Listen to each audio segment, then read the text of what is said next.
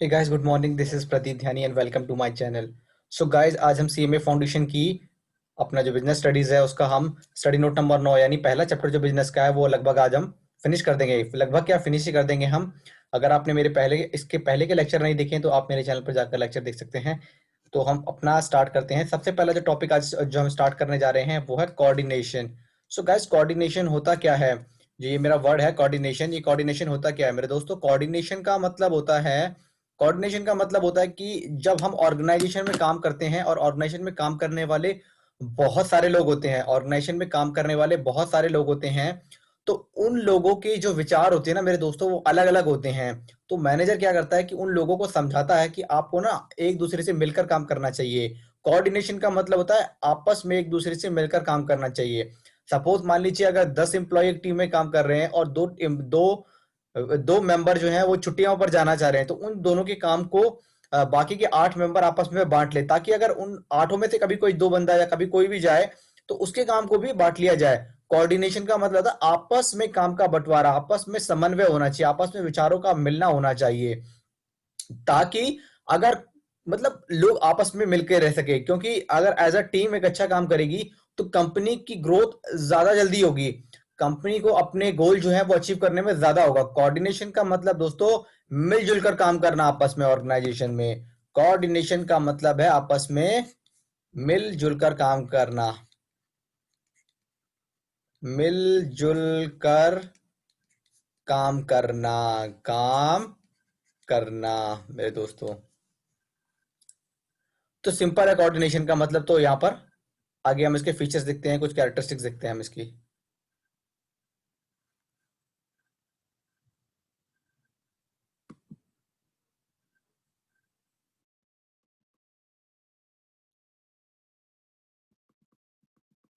आइए दोस्तों, features of coordination.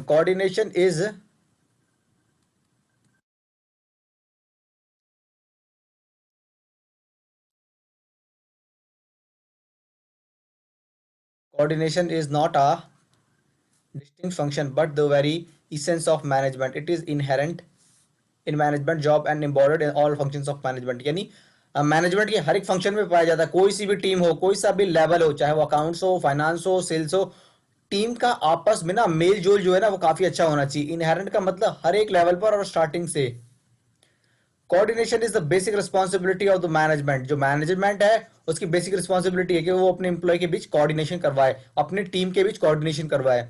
It can be achieved through the managerial function. No manager can evade or avoid his responsibility. की मतलब कि नहीं, हर एक मैनेजर को दोस्तों समझना पड़ेगा मेरे गाइस कि कोऑर्डिनेशन चाहिए ही चाहिए। अगर मैं स्टडी की बात करूं तो अगर मान लीजिए 4 सब्जेक्ट हमारे फाउंडेशन में हैं, तो चारों टीचरों को कोऑर्डिनेशन करना पड़ेगा इस तरीके से कि अगर मान लीजिए किसी टीचर का सिलेबस कम हो रहा है, तो अगर किसी टीचर का सिलेबस मान लीजिए कम हो रहा है, कम खत्म हुआ है अभी तक, और किसी दूसरे टीचर का जो सिलेबस है वो काफी ज्यादा हद तक कंट्रोल हो चुका है, कवर हो चुका है, तो वो आपस में कोऑर्डिनेशन कर सकते हैं कि जिसका कम हुआ है सिलेबस वो थोड़ा और समय ले सके जिसका सिलेबस ज्यादा हो चुका है। तो कोऑर्डिनेशन हर जगह करना पड़ेगा आपको। Coordination does not arise in spontaneously or force. It is the result of conscious and concerned actions by the management, cannot be left to chance। मतलब कि हम लोग चॉइस भी नहीं है, ये हमें करना ही पड़ेगा। अगर दोस्तों ये हम नहीं करते तो हमें दिक्कत ये होगी कि हमारे जो गोल्स हैं वो अचीव हम नहीं कर पाएंगे। The heart of coordination is the unity of purpose which involve fixing the time and manner of performing the various activities। किसी भी वेरियस एक्टिविटीज को परफॉर्म करने के लिए हमें कोऑर्डिनेशन को रखना ही पड़ेगा दोस्तों। कोऑर्डिनेशन इज अ कॉन्टिन्यूअस और ऑन गोइंग प्रोसेस। यानी ये ऐसा नहीं कि एक बार हमारे गोल अचीव हो गए, तो ये हर एक लेवल पर और कॉन्टिन्यूअस बेसिस पर, डेली बेसिस पर ये जो है एप्लीकेबल दोस्तों ये होगा।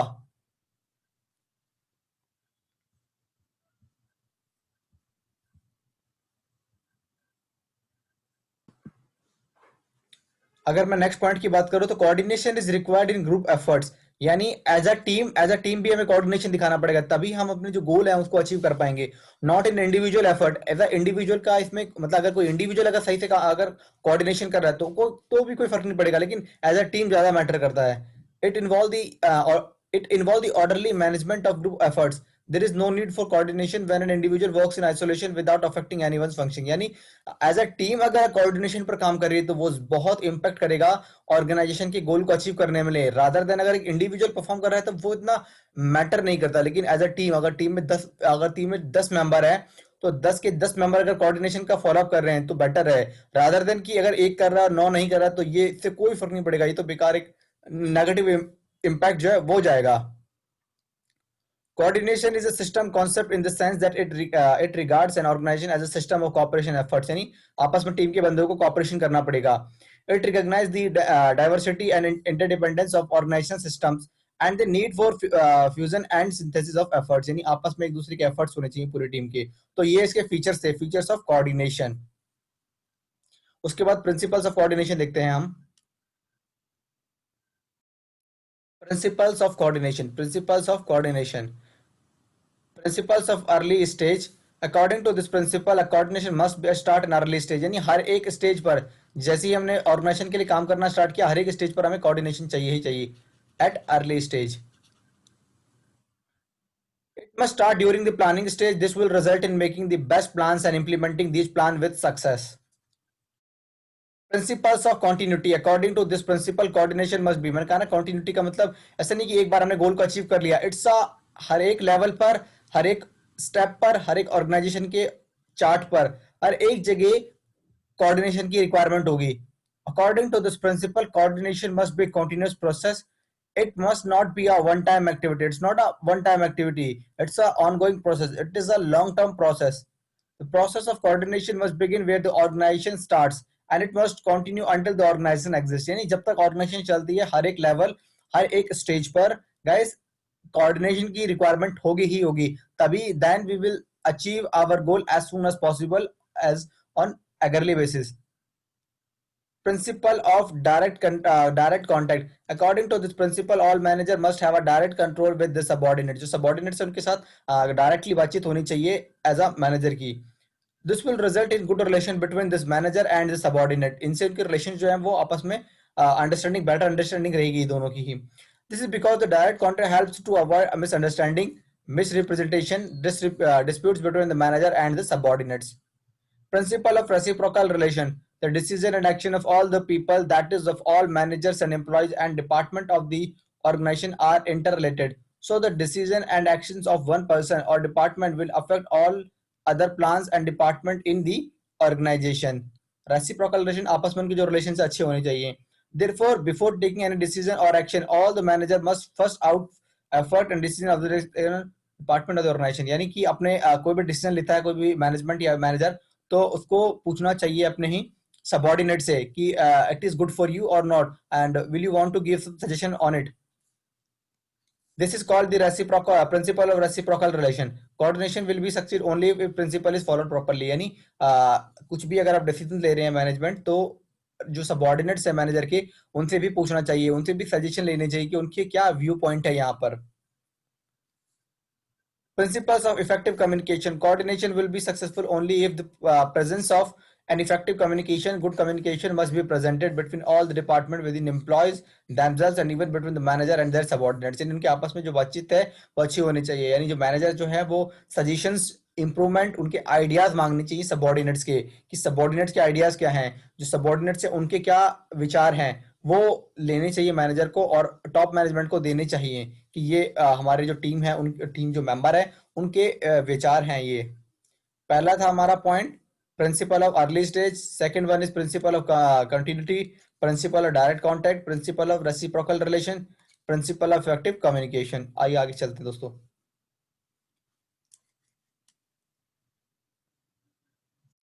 Principal of clarity of objective, क्या काम कर रहे हैं, क्या हमारा ऑब्जेक्ट है जिसके लिए हम दिन रात काम कर रहे हैं, वो जो ऑब्जेक्ट है वो हमारा क्लियर होना चाहिए।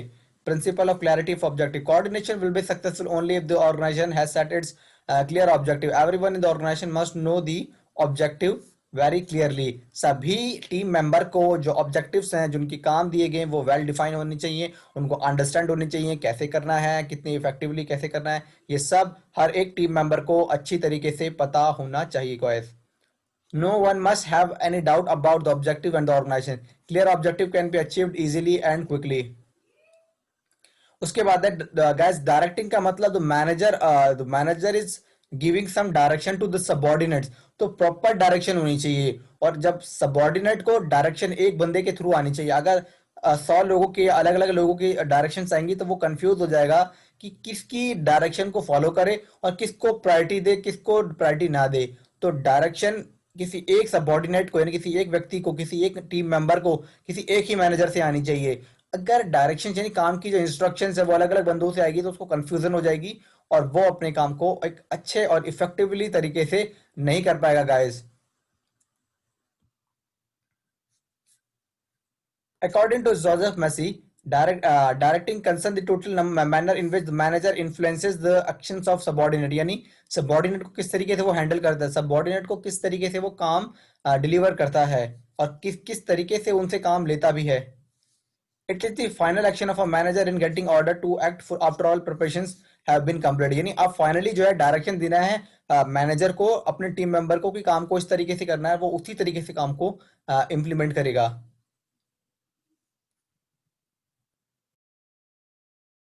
Importance of directing. Direction is an indispensable managerial function because it deals with the human resource, यानी ह्यूमन से किस तरीके से काम करवाना है, ह्यूमन ही हमारा सबसे अच्छा रिसोर्स है। Most importantly it deals with the human relation and suggests ways or improving the performance by the employees in an enterprise. Direction is aimed at maintaining harmony among employees groups to an organization. किस तरीके से अपने employees को खुश रखना है, किस तरीके से अपने एम्प्लॉयज से काम करवाना है, ये सब चीजें हम डायरेक्शन में देखेंगे। It is a process around all the management function revolve. Direction is a key to nucleus of an organization. This integration is achieved through the element of direction with communication, motivation, leadership and supervision. उनको communication करना है, motivate करते रहना है अपने employees को, एक proper leadership होनी चाहिए और सुपरविजन की गाइडेंस अच्छी होनी चाहिए। अगर कोई लूप होल है, कोई वीकनेस है किसी मेंबर में, टीम मेंबर में, तो आप उसको गाइड कर सको। Principles of direction, harmony of objective. One very important principle of direction is to harmonize the objective of goals or individual with that of an enterprise. A manager should foster the sense of belonging to the organization among individuals and group and see that the member identify themselves with the organization. Goal congruence may lead to the ineffectiveness and यानी harmony of objectives का मतलब कि clear objectives बताने चाहिए manager को अपने अपने team member को कि ये हमारे काम है, इस तरीके से हमें काम के साथ डील करनी है। यूनिटी ऑफ कमांड, यानी जो इंडिविजुअल्स हैं, जो टीम मेंबर्स हैं, उनको जो कमांड है किसी भी काम को करवाने की, वो किसी एक पर्टिकुलर मैनेजर से आनी चाहिए। यानी काफी सारे लोगों से अगर इंस्ट्रक्शंस आएंगे तो वो खुद ही कंफ्यूज हो जाएंगे। तो unity of command. Another sound principle of direction is that the subordinate should receive order from one and only one supervisor or boss. Presence of dual subordination inevitably brings chaos and disorder. For achieving inefficiency, unity of direction should be strictly followed. यानी किसी एक व्यक्ति particular बंदे से उसको आना चाहिए। Direct supervision. When manager is directly involved in supervising the employees, that is when he comes into personal contact with the employees, especially in the work-related areas. A sense of belonging gets developed in the minds of employees, and this paves way of escalate moral and making subordinate happy. Direct supervision also ensure quick feedback of necessary information. The manager would get first-hand information from the employees through face-to-face communication. Appropriate leadership style.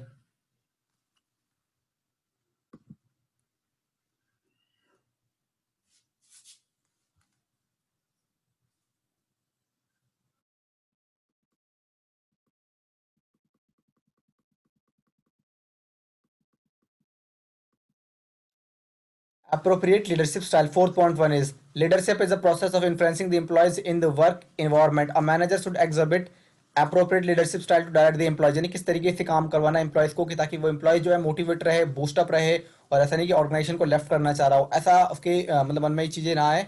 तो उस तरीके से एक manager को handle करना चाहिए अपने employees को। टू अचीव द ऑर्गेनाइजेशन गोल, किस तरीके से इफेक्टिवली अपने अपने अपने ऑर्गेनाइजेशन के गोल को अचीव कर सकते हैं। Leadership style is a function characteristics of leader, characteristics of subordinate and the situation. Use of motivational technique, किस तरीके से मोटिवेट करें अपने एम्प्लॉयज को, और फॉलो अप मतलब काम उनसे उनके साथ एम्प्लॉयज के साथ फॉलो अप भी करते जाएं, जो अपने सबऑर्डिनेट्स हैं उनके साथ फॉलो अप करते जाएं कि कहां तक वो अपने ऑब्जेक्टिव्स तक पहुंचे। The last but not the least important principle of direction is that follow, because without such a follow, it quite likely that such subordinate just receive order and do not follow them at all. तो यानी काम कर भी रहे हैं कि नहीं कर रहे जो एम्प्लॉय जो उनको टीम मेट जो उनको काम दिया गया है। ठीक है, तो ये फर्स्ट चैप्टर था हमारा बिजनेस स्टडीज का जो कंप्लीट हो चुका है। इसके अलावा भी काफी सारे जो लेक्चर्स हैं वो मैंने अपने इसी चैनल पर डाल दिए हैं, अगर आप चाहें तो उसको देख सकते हैं। एक बार और रिवाइज कर लेते हैं कि आज हमने क्या किया, और हमारा जो पहला चैप्टर बिजनेस स्टडीज का स्टडी नोट नंबर 9 वो हमारा फिनिश हो चुका है। एक बार क्या पढ़ा था हमने, कोऑर्डिनेशन पढ़ा था स्टार्टिंग में। कोऑर्डिनेशन का मतलब कि किस तरीके से ऑर्गेनाइज किस तरीके से एज अ टीम काम करा जाए, कि अपने ऑर्गेनाइजेशन के जो गोल हैं, जो टीम के जो गोल बटे हुए हैं, वो टाइमली इफेक्टिवली गेट किया जा सके, यानी प्राप्त किया जा सके। कोऑर्डिनेशन का मतलब आपस में मिलजुल कर काम करना, ताकि अपने ऑर्गेनाइजेशन के जो ऑब्जेक्टिव हैं, जो गोल्स हैं, उनको इजिली अचीव हम कर सकें।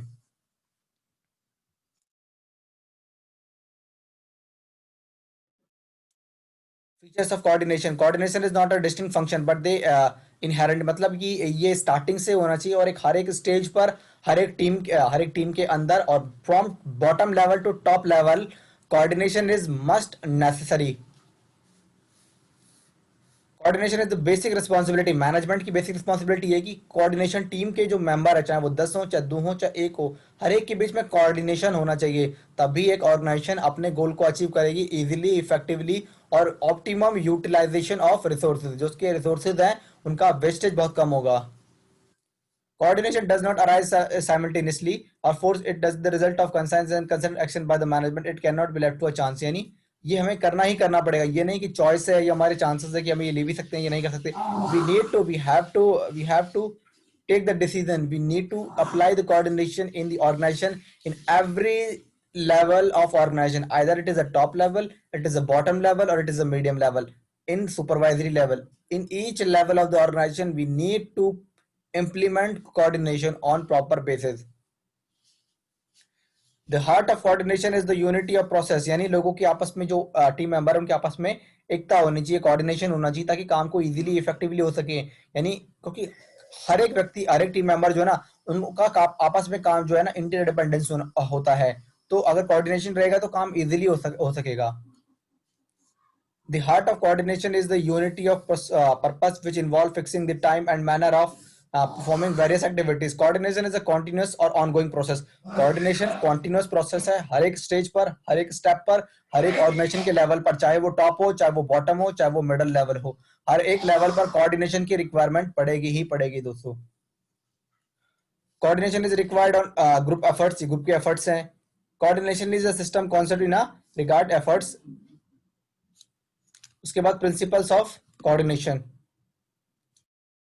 प्रिंसिपल्स ऑफ अर्ली स्टेज, यानी हर एक स्टेज पर कोऑर्डिनेशन की रिक्वायरमेंट होगी। प्रिंसिपल्स ऑफ कंटिन्यूटी, कंटिन्यू रहेगा हर एक स्टेज पर, हर एक लेवल पर, चाहे वो टॉप हो, बॉटम हो, मीडियम हो, सुपरवाइजरी लेवल हो, हर एक लेवल पर कोऑर्डिनेशन की जरूरत होगी, और कंटिन्यूटी के बेस पर, यानी कंसिस्टेंसी हमें रखना पड़ेगा। ऐसे नहीं कि एक बार अप्लाई कर दिया दूसरी बार नहीं किया, नहीं, हर एक बार हमें अप्लाई करना पड़ेगा।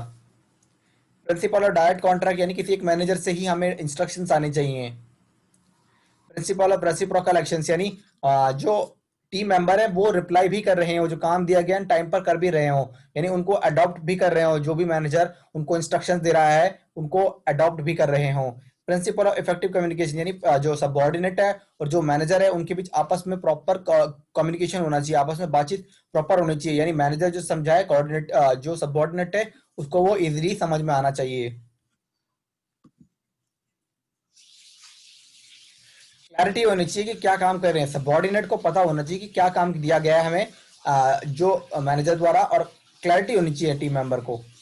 डायरेक्टिंग का मतलब, कहने का मतलब कि जो इंस्ट्रक्शन आ रहे हैं किसी काम को करवाने के लिए, जो इंस्ट्रक्शन आ रहे हैं वो क्लियर होने चाहिए, और किसी एक बंदे से होने चाहिए, यानी जो एक मैनेजर होना चाहिए एक टीम का, ताकि टीम को जो इंस्ट्रक्शन है किसी एक पर्टिकुलर मैनेजर से आ रहे हों। अगर काफी सारे लोगों से आएंगे तो इट विल क्रिएट कंफ्यूजन।